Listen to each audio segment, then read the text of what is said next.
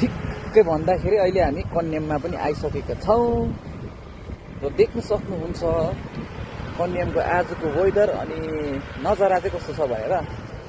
र म चाहिँ यहाँनिर छु, हामी चाहिँ अहिले माथि जाँदैछौँ। अहिले त्यो माथि टपमा गएर तपाईँहरूलाई म त्यहाँबाट पनि भ्यू देखाउने छु। अहिले भन्दा चाहिँ घाम पनि ठिक्कै यहाँ माथि आइसकेको छ।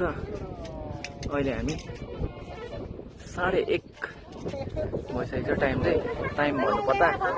अहिले चाहिँ हामी यहाँनिर कन्यामको यो एकदम माथि डाँडामा आइसकेको छु, भ्यू पोइन्टमा।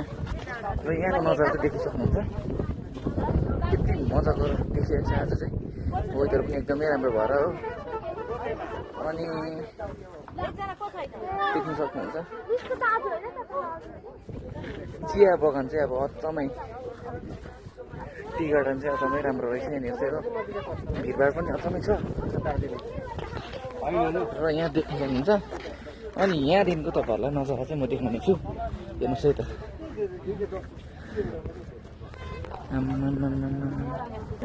आज जतिको आँखाले हामीले देखिरहेको छु त्यतिको चाहिँ अहिले देख्न सकेको छैन।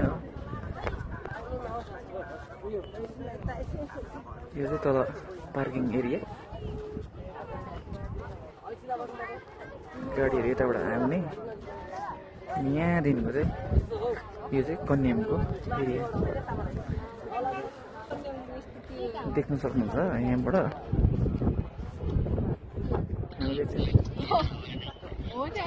हाम्रो गाडी चाहिँ यहाँनिर तल राखिरहेको छु। यहाँनिर चाहिँ मेरो गाडी चाहिँ यो हो। अनि यहाँबाट यो सिँढी हामी हिँडेर आइसकेको छौँ। अनि यहाँबाट नजारा चाहिँ त्यस्तो प्रकारको चाहिँ हुन्छ, हेर्दै गर्नु होला है त।